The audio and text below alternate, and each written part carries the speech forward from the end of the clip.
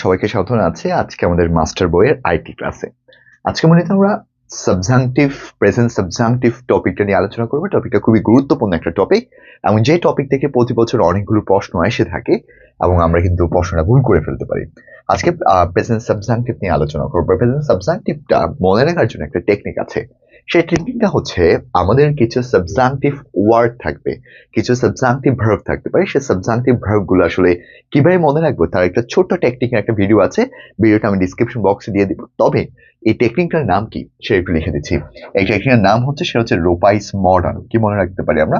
সেটা মনে রাখতে পারি, সেটা হচ্ছে রোপা ইজ মডার্ন। রোপা ইজ মডার্ন, এই রোপা ইজ মডার্ন এই লাইন দ্বারা আমরা মনে রাখতে পারবো মর DEN is রোপা ইজ মডার্ন। এই ছোট্ট শব্দ দ্বারা রোপা ইজ মডার্ন সাবজাংটিভ, রোপা ইজ মডার্ন সাবজাংটিভ। অর্থাৎ এখানে আর দিয়ে রিকোয়েস্ট হতে পারে, ঠিক ততভাবে এখানে প্রতিটা শব্দ দিয়ে এক একটা প্রতিটা লেটার দিয়ে এক একটা শব্দ হতে পারে। ওই শব্দগুলোর পরে যদি আমার কখনো একটা দ্যাট থাকে এবং সে দ্যাটের পরে আমরা সরাসরি একটা সাবজেক্ট পাবো, সাবজেক্টের পরে আমরা এখানে একটা ভার্বের বেস ফর্ম বসাবো। কোন ফর্ম বসাবো? Base form. অর্থাৎ আমি যদি সিম্পল ভাষায় বলি, আমাদেরকে যদি কিছু সাবজাংটিভ ভার্ব থাকে এবং সাবজাংটিভ ভার্বের পরে আমরা একটা দ্যাট নিয়ে আসবো। কি নিয়ে আসবো? একটা দ্যাট। এবং দ্যাটের পরে সাবজেক্ট থাকবে। সাবজেক্ট সিঙ্গুলার থাকুক বা প্লুরাল থাকুক সেটা কোনো দেখার বিষয় না। আমরা এর পরে সরাসরি ভার্বের বেস ফর্ম বসাবো। কি ফর্ম বসাবো? ভার্বের বেস ফর্ম। তবে ভার্বের বেস ফর্ম বসাতে গিয়ে আমরা কয়েকটা জায়গায় ভুল করে ফেলবো। সে কয়েকটা জায়গাটা একটু দেখি। যদি বলা হয় অ্যামিস আর ওয়াচার, তাহলে অ্যামিস আর ওয়াচার বসবে না। অ্যামিস আর ওয়াচারের পরিবর্তে সেখানে আমরা বসাবো টু বি। অ্যামিস আর ওয়াচারের পরিবর্তে আমরা কি বসাবো? To be. এবার have has had, have has had পরিবর্তে আমরা সেখানে বসাবো, সেটা হচ্ছে টু হ্যাভ। কি বসাবো আমরা? সেটা হচ্ছে টু হ্যাভ বসাবো। আর যদি কখনো বলা হয় সেখানে হচ্ছে ডো ডাজ ডিড আছে, তাহলে ডো ডাজ ডিড এর পরিবর্তে আমরা মেইন কনসেপ্টটা বসাবো, সেটা হচ্ছে টু ডু।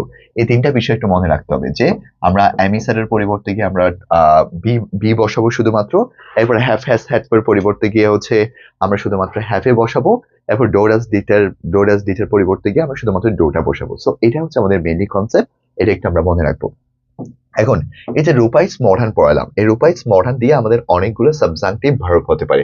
অনেকগুলো কি হতে পারে? Subjunctive verb. এই সাবজাংটিভ ভার্ব গুলো এখানে একেবারে আছে। একেবারে রোপা ইজ মডার্ন দিয়ে এখানে অনেকগুলো সাবজাংটিভ ভার্ব গুলো আছে।